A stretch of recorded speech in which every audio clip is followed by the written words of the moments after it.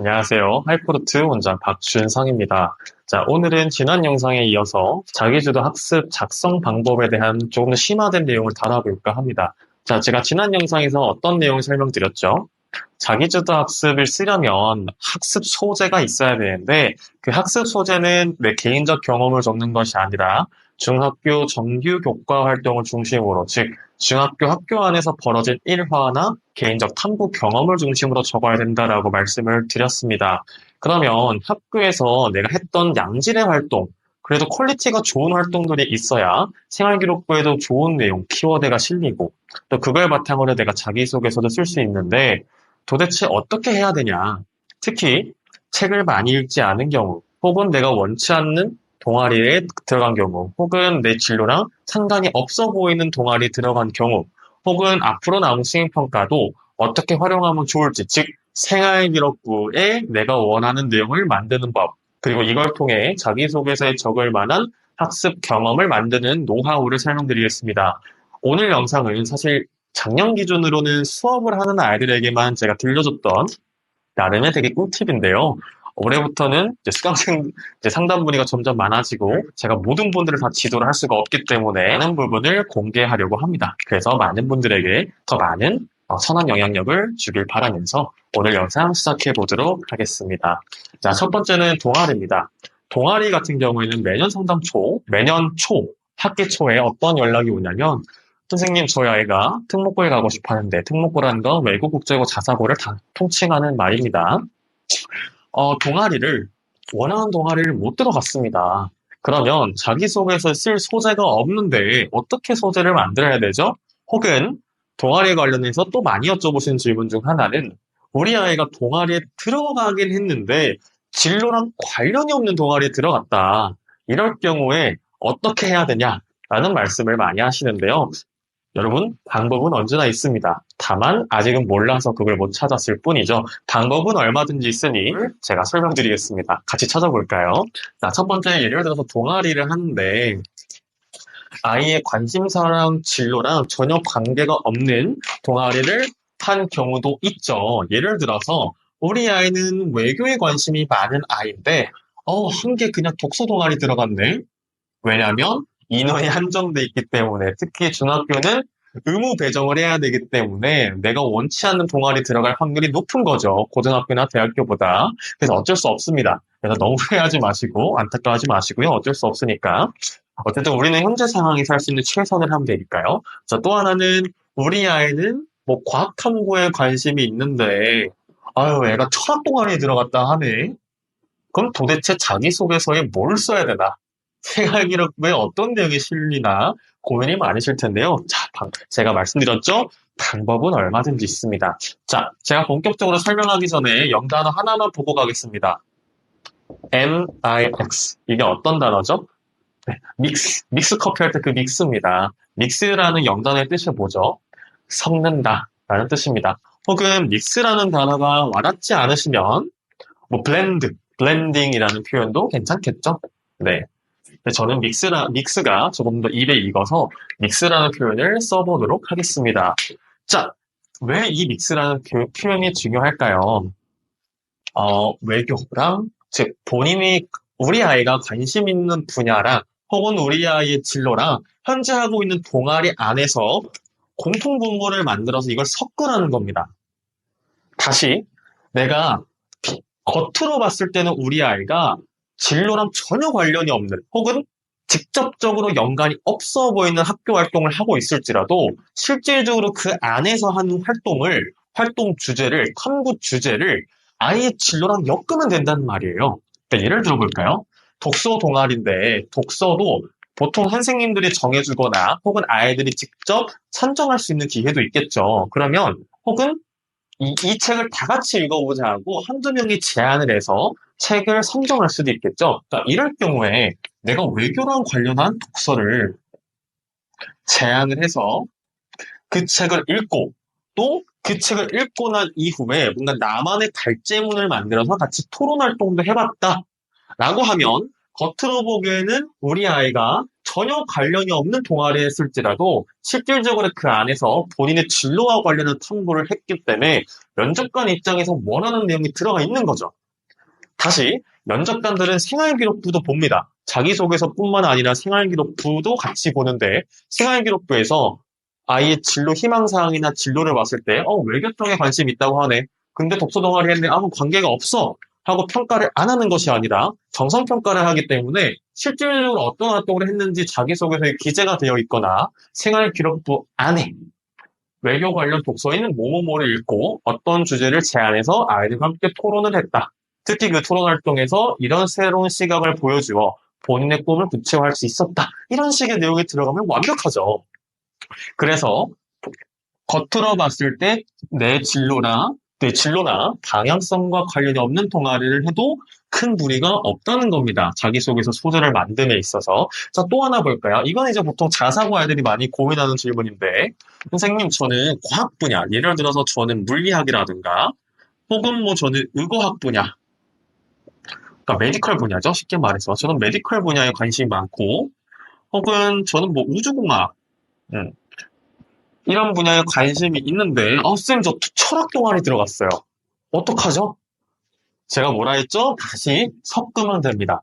믹스하라고요, 믹스. 내가 관심 있는 분야가 예를 들어 메디컬이다. 왜냐하면 이제 의사라는 진로를 쓰는 아이들도 많기 때문에. 그럼 내가 메디컬이라고 봤을 때 이거랑 철학이랑 관련된 접점이 뭐가 있을까요? 뭐 제가 지금 떠오르는 거는 뭐 조금은 뻔할 수도 있겠지만 안락사 문제를 다룰 수도 있겠고 혹은 뭐 의료 분야에서 다양하게 발생하는 철학적 문제, 윤리적 문제에 대한 탐구를 같이 진행해봤다라고 하면 되겠죠. 그러니까 이게 가능한 이유는 우리가 자기주도 학습에 제가 몇 자 정도 적는다고 지난 영상에서 말씀을 드렸죠. 자, 800에서 900자 정도를 적으면 좋다. 혹은 맥시멈 950자에서 1000자까지 적을 수도 있어요. 하지만 1000자까지 되면 나머지 영역을 충분하게 리즈너블하게 적기가 어렵습니다. 그래서 저는 8,900자로 제한을 하는데요. 그러면 제가 학습 소재가 몇 개 정도 나온다 그랬죠? 문단 정도가? 문단이 보통 2개에서 3개 정도가 나온다 그랬죠? 그러면 내가 우리 아이가 철학 동아리에서 메디컬 관련 탐구를 한 내용을 가지고 1, 2, 3문단 다 적는 게 아니죠? 1, 2, 3문단 중에 기껏해야 한 문단 적을 거예요. 혹은 마지막 문단이 적던 중간에 적던 그 순서는 상관이 없고 기껏해야 8, 900자 중에서 뭐 300자 혹은 뭐 250자 정도 짧게 적을 텐데 그러면 어쨌든 큰 틀에서 봤을 때는 본인의 진로에서 벗어난 활동이 아니기 때문에 실제로 진로와 관련한 활동을 그 안에서 했기 때문에 안 좋은 평가를 받기가 불가능합니다. 즉, 무리가 없다는 말이에요. 실제로 이런 식으로 학습 소재를 만들어서 학습 경험을 만들어서 아이들이 합격을 합니다. 사실 모든 아이들이 내가 원하는 동아리를 할 수가 없습니다. 중학교는. 그러면 많은 아이들이 내가 원치 않는 동아리에 들어가요. 실제로 10명 중에 6, 7명이 그렇습니다.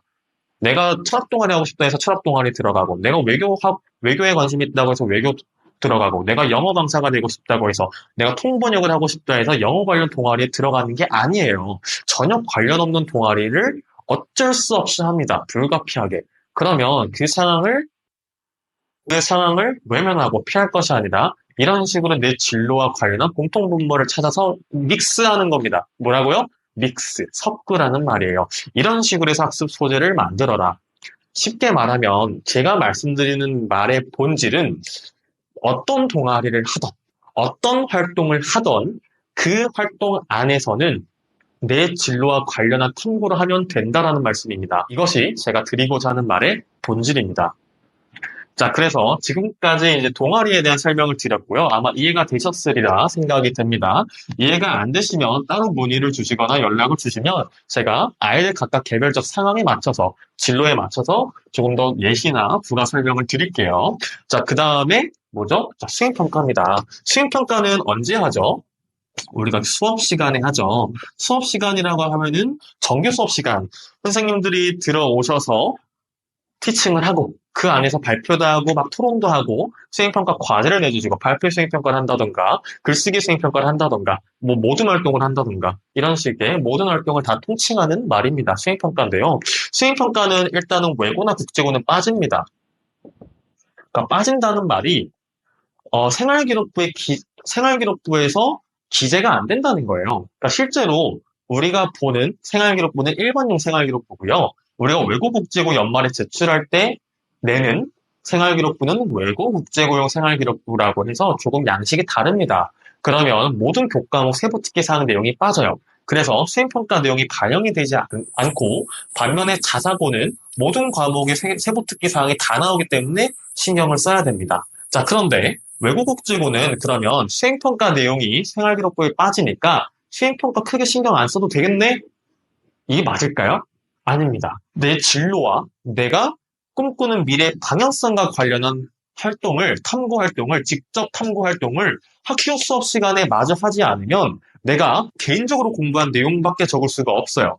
자, 그러면 어떻게 된다 했죠? 개인적 일화는 자기소개서에서 가급적 피해야 된다고 말씀을 드렸죠. 개인적 일화를 쓰더라도 학교 활동과 이 대표적인 세 개랑 엮어야 돼요. 그런데 학교 수행평가도 제대로 하지 않은 채로 더 나아가서 우리가 자기소개서에 규정한 쓸 수 있는 이 기껏해야 세 가지밖에 없는데 이 중에 하나를 버린다? 그러면 생활기록부 상에는 기재가 되지 않더라도 자기소개서에 쓰일 만한 소재가 없습니다. 따라서 외국국제고 지원하는 학생들도 이 수행평가는 적극적으로 참여하고 가급적 만점을 받도록 노력해야 돼요. 아시겠죠? 그러니까 결과적으로 어떤 학교에 지원하던 특목고에 가는 학생이라면 이 수행평가를 적극적으로 활용해야 된다. 그러면 대표적으로 어떤 활동이 있느냐? 3학년 때 되면 다양한 활동들이 있죠. 예를 들어서 자유주제 발표, 혹은 내 진로 발표, 뭐 꿈 발표라고 하기도 하죠. 혹은 뭐 영어 글쓰기 수행평가인데 그 주제가 자유주제인 거죠. 자, 이런 식으로 자유주제라고 하면은 내가 관심 있는, 내가 최근에 재밌게 본 넷플릭스 드라마, 뭐 영화, 혹은 뭐 친구가 요즘 뭐 아일리시라는 뭐 아이돌의 노래라든가 뭐 이런 걸 발표하는 게 아니라 내가 진로와 관련한 탐구 활동을 합법적으로 해서 생활기록부에도 기재를 하고 자기소개서에도 쓸 수 있는 정말 좋은 기회예요. 그래서 이런 건 놓치면 안 됩니다. 그러면 자유주제 발표는 예를 들어서 내 진로랑 관련한 걸 하면 되겠죠. 이걸 가져와서 다시 예시를 들어볼까요? 내가 만약에 외고 관련한 꿈을 꾸고 있고 진로를 설정했다라고 하면 이 자유주제 발표는 외교와 관련한 문제, 현재 함께 고민해볼 만한 시사점을 제시해볼 수도 있겠죠. 예를 들어서 현재 외교 문제가 뭐가 있을까요? 뭐 미국이랑 중국, 미중 무역 분쟁 관련해서 정치적인 이슈 관련해서도 탐구해 볼 수도 있겠고, 혹은 전 세계적으로 탄소 배출과 관련한 분쟁도 적어볼 수 있겠죠. 혹은 이스라엘이나 팔레스타인 분쟁, 혹은 아직도 종전되지 않은 러시아, 우크라이나 전쟁, 이 전쟁의 종전을 위해 다른 나라가 함께 할 수 있는 외교적 노력으로 무엇이 있을까? 뭐 이런 식으로 자유 주제를 만들어 볼 수 있겠죠. 그러니까 이렇게 해서 주제를 조금 더 머리를 쓰는 내 진로랑 관련된 주제를 설정해 보시라는 겁니다. 그다음에 꿈을 발표할 때도 그냥 내가 외교관이 되고 싶어요. 외교관은 이런 역할을 하는 사람이에요. 나 외교관 되고 싶어요. 나 외교관 되려고 책 몇 권 읽었고 나는 이런 사람이에요가 아니라 내 진로를 심화하고 구체화하는 내용으로 해보면 조금 더 좋지 않을까요? 예를 들어서, 그러니까 제가 이 말씀을 드리는 이유는 사실 이게 대단히 중요한 내용이에요. 제가 파란색으로 써서 그런데 대단히 이 부분이 중요한 내용입니다. 어, 우리가 특목고를 지원한다고 했을 때 아이들의 진로나 직업명은 사실 중복될 수밖에 없어요. 아이들이 선호하는 직업이나 진로나 방향이 사실 대부분 비슷하거든요. 하지만 똑같은 직업명을 적는다고 해서 똑같은 진로를 적는다고 해서 각각의 목표나 꿈꾸는 이상이 동일한 것은 아닙니다. 아이들의 성격과 마음의 크기와 모양이 다 다르듯이 아이들이 꿈꾸는 꿈의 크기와 꿈의 모양이 다 다르잖아요. 그렇기 때문에 직업명은 달라도 세부적인 본인만의 디테일한 목표들은 다 다릅니다. 그 디테일한 진로에 대한 내용을 조금 더 심화하고 구체화해서 적어보라는 거예요. 예를 들어 작년에 하나고에 합격한 여학생 같은 경우는 환경 문제를 풀어내는 외교관, 그 환경 문제를 외교의 관점에서 내가 풀어보고 싶다라고 한 거예요. 그러니까 이런 식으로 외교관인데 어떤 문제를 해결하는 외교관, 혹은 제가 2년 전에 재작년에 가르쳤던 아이는 동탄국제고에 입학을 했는데 해외에 반출된 우리나라의 문화재 반환을 위해 힘쓰는 외교관, 그러니까 이런 식으로 똑같은 외교관이라고 쓰더라도 본인의 서사와 관련한 본인만의 이전 개인적 경험이라던가 학습 경험, 즉 본인의 서사와 관련한 본인만의 세부적인 목표를 정해라. 즉 본인만의 이야기가 담긴 진로를 구체화해라라는 것입니다. 그런 점이 대단히 중요하고요. 아무튼 정리하자면 지원하는 학교에 상관없이 수행평가를 적극적으로 활용해야 된다라는 말씀입니다. 마지막으로 독서입니다. 제가 계속해서 강조드리고 수업 시간에서도 강조드릴 테지만 우리가 자기소개서에 쓸 수 있는 학습 활동은 사실상 이 세 가지밖에 없어요. 물론 이 이야기에 이 이야기들을 중심으로 우리가 개인적으로 공부한 내용도 함께 포함이 돼야 됩니다. 근데 이건 좀 어려우니까 제가 다음에 기회가 되면 풀어보도록 하고요. 그래서 이 세 가지를 정말 적극적으로 활용을 해야 되는데 그중 마지막이 독서입니다. 자, 독서에 대해서 이야기한다고 하면 많은 어머님들이 여쭤보시는 질문이 있습니다. 그게 뭘까요? 선생님, 저희 아이가 책은 읽긴 읽었는데 독서 기록장에 기재를 안 했다. 어떡하냐? 두 번째, 선생님, 저희 아이가 책을 많이 읽지 않았습니다. 그래서 생활기록부에 독서는 몇 권 정도 있어야 합격할 수 있을까요? 자, 이렇게 질문을 두 가지를 많이 하시는데요. 사실 크게 의미가 없습니다. 제가 설명을 좀 드릴게요. 일단은 독서 권수는 제가 양적으로 설명드리기가 애매합니다. 그러니까 예를 들어서 10권 이상은 써야 합격합니다. 라고 하면 10권 이상 썼는데 탈락한 애들이 있잖아요.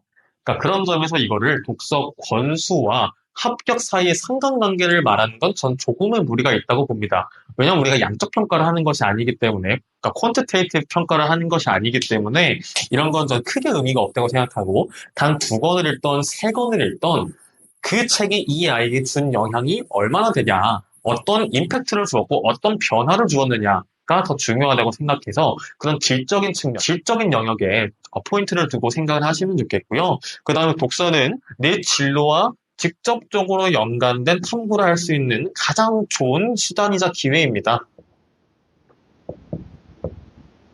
그렇기 때문에 저는 독서를 적극적으로 활용하시길 권장드리고, 그러면 자기소개서에 이 책을 내가 언급할 수도 있고 안 할 수도 있는데 보통 책 제목을 명시를 합니다. 그럼 또 아이들이 여쭤보는 게 뭐냐면, 선생님, 제가 이 책을 읽었다고 생활기록부랑 자기소개서에 쓰면 면접 때 이 책을 물어보나요? 자, 이런 식의 질문도 많이 하는데 제가 단정지어서 말씀드릴 수는 없어요. 항상 그렇지만. 그러니까 결국엔 가능성의 문제인데 나올 가능성이 높습니다. 그래서 실제로 내가 예를 들어서 왜 세계 절반은 굶주리는가라는 외교와 관련한 대표적인 책을 읽었다. 근데 그 책을 자기소개서에까지 내가 기재를 한다면 이 책과 관련해서 물어볼 가능성이 높아지겠죠. 그냥 생활기록부에 있는 것보다는. 자, 그래서 그런 식으로 그냥 개연성, 가능성을 생각하시면 좋겠고요. 독서는 다시 한번 말씀드리지만 내 진로와 가장 직접적으로 연관된 지적 탐구를 할 수 있는 가장 좋은 수단이다. 그런 점에서 독서를 적극 활용하시고 또 이것을 나만의 시각으로 정리하고 요약하고 해설해서 자기소개서에 예쁘게 풀어서 보시길 바랍니다. 자, 그래서 정리하면 오늘 영상에서는 생활기록부에 내가 원하는 내용을 담을 수 있는 방법, 또 이를 통해 결과적으로 내가 자기소개서에 쓸 학습 소재와 경험을 만드는 노하우에 대한 설명을 드렸습니다. 네, 그래서 아마 생소한 내용이라 어렵게 느껴지는데 결코 어려운 내용이 아니니까요. 반복해서 영상 시청해보시고 어렵거나 혹은 우리 아이 상황에 맞는 조금 더 개별적인 조언이나 노하우가 필요하시다면 상담 문의 주시면 제가 순차적으로 연락드리겠습니다. 지금 문의가 많아서 이제 카톡 통해서 문의를 주시면 제가 천천히 답변 드릴게요. 네. 그래서 오늘 영상도 여기까지 하고요. 이 영상이 여러분들의 꿈의 날개를 달아줄 수 있는 영상이 되길 바라면서 오늘 영상 마치겠습니다. 감사합니다.